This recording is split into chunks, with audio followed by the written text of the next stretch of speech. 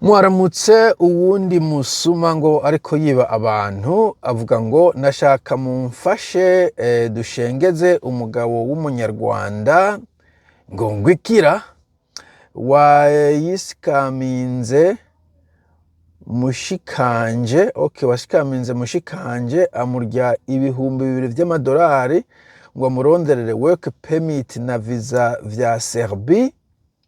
Yaduhaye work permit ya fake none aracatubroka na visa itabonetse. Icambere novuga mu vy'ukuri igihe cyose uha amafaranga umuntu mu vy'ukuri muzobanze mutohoze ukore research ukore kuri internet umubaza ibibazo umuntu ariko arahunga ibibazo ucumwihoza.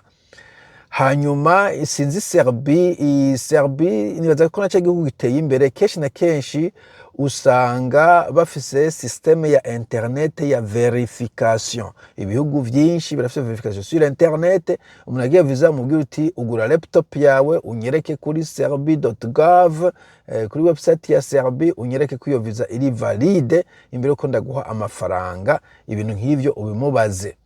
Ivyo umuntu wese ari muri business hageze ko Afrika tuvabona ibintu vyo mu kinywabi ni business agomba kukwereka ko ari umuntu officiel ko kumbura hari abandi yafashije ibintu nk'ivyo. Ariko nshaka kuvuga ntugire igihe haba bucu kuva muri Afrika ngo utangwe guha amafaranga abantu bayakujya itonde uvuze ati ndavyo ndakwereka uvuga uti sawa genda nzorondera uwundi abasoma sibake canke nzoyajya naje sinarinde zimuza aho ndayashira. Ico ni kimwe donke ku ruhande rw'iwawe umere nk'utohoza.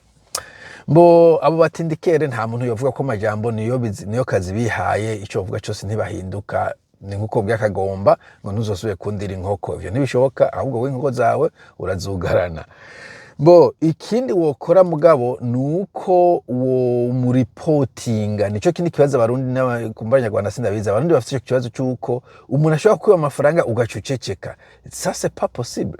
Muri reporting bo mu Burundi malheureusement nk'ipolisi agidakora mugabo no sait jamais muri reportinze kuri polisi zitanu muri reporting kumbure kuri SNL kukumva ko nubundi igihugu gikoguko ukabwira wawe wese uti uyu muntu yanyivye muri reporting ku maradiyo zizamukubita usabu bavuge canke hanyene kuri za Facebook utari umuntu yitwa naka yantwaye amafaranga none nabuze iyo yagiye uba reporting kugira ngo umwe ntakomeze akore business canke nawe abishiremo effort azarahindura identity ahindura inomero nawe afuma yagiye yakoreye sibubure.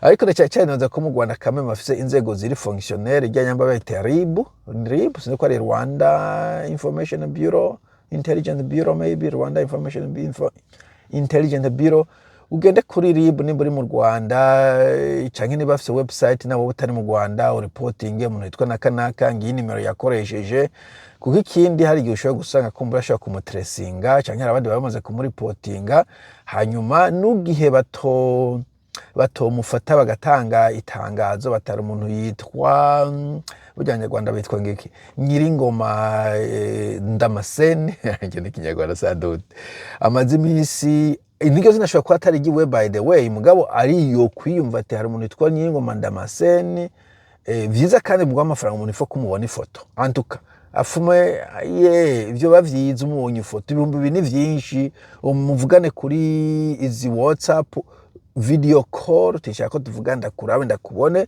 umufate screenshot cyangwa umusabe ifoto yiwiwe uyibone ukompare no muri ko muravugana iyo rero bivuze ati ndikorera umuntu yitwa ku asuku amazi imisi yiba abantu amafaranga uwo muntu uko biri kose yonyegera yo kwinyegeza mbo canka abandi bakabona atari umupengeri asa gutya na gutya.